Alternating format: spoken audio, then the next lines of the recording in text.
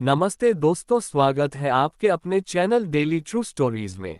आज की कहानी है बिहार के उस नाम की जिसे लोग छोटा राजन ऑफ बिहार, मोकामा का बाहुबली और सिंह साहब कहकर पुकारते हैं। ये कहानी है अनंत सिंह की, एक ऐसा नाम जिसने अपराध, राजनीति और डर तीनों को एक साथ जिया।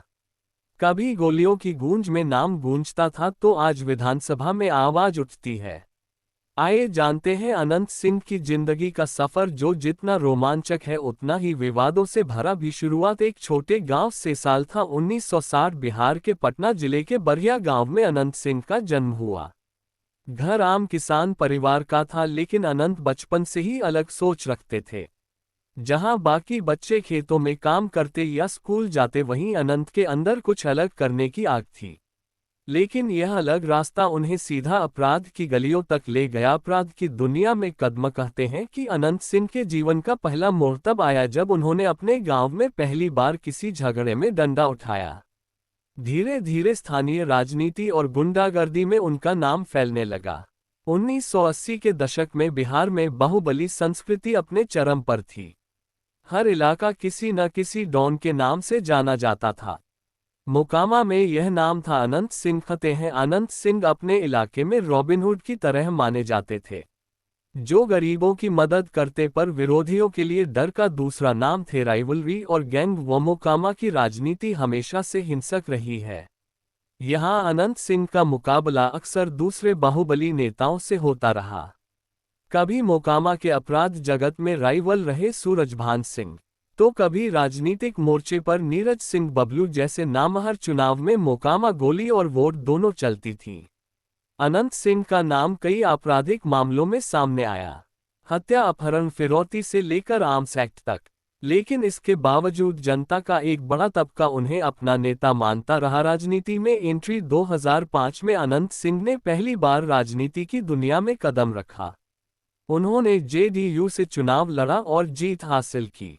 मोकामा विधानसभा सीट पर उनका जलवा कायम रहा।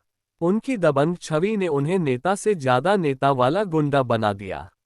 यहां तक कि मुख्यमंत्री नीतीश कुमार के करीबी माने जाने लगे। लेकिन जैसा कहते हैं, जिस राह में शक्ति होती है उसी में विनाश भी छिपा होता है। विवादों और गिरफ्तारियों का दौर। अनंत सिंह का नाम कई विवादों में आया। 2015 में उनके घर से AK-47 राइफल बरामद होने के बाद पूरे बिहार में हलचल मच गई। पुलिस ने छापेमारी की, मीडिया ने हेडलाइन बनाए, जेडीयू विधायक के घर से AK-47 बरामद। ये खबर रातों रात देश भर में चर्चा बन गई। इसके बाद उन्होंने जेडीयू से नाता तोड़ लिया। कहा जाता है कि अनंत सिंह ने खुद कहा था, मैं राजनीति में आया हूं लेकिन डर किसी का नहीं मानता। कानूनी लड़ाई और जेल का सफर, कई मामलों में गिरफ्तारी, जेल, बेल और फिर वापसी।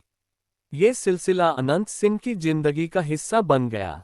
2019 में मोकामा बाढ़ केस और 2022 में AK-47 केस ने उनकी छवि को फिर झटका दिया।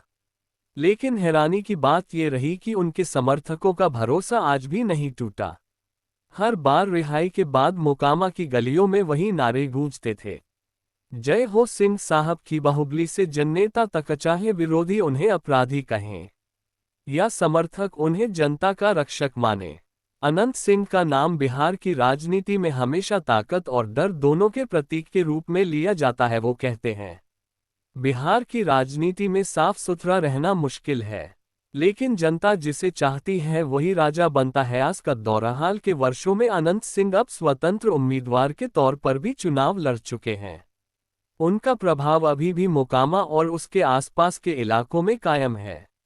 मीडिया उन्हें कभी क्राइम सिंडिकेट तो कभी जनसेवक कहती है, लेकिन सच्चाई यही है, अनंत सिंह बिहार की उस मिट्टी से निकले हैं जहां नेता और बाहुबली की रेखा अक्सर धुंधली पड़ जाती है। निष्कर्ष, अनंत सिंह की कहानी हमें सिखाती है कि शक्ति, सत्ता और डर तीनों साथ नहीं टिकते।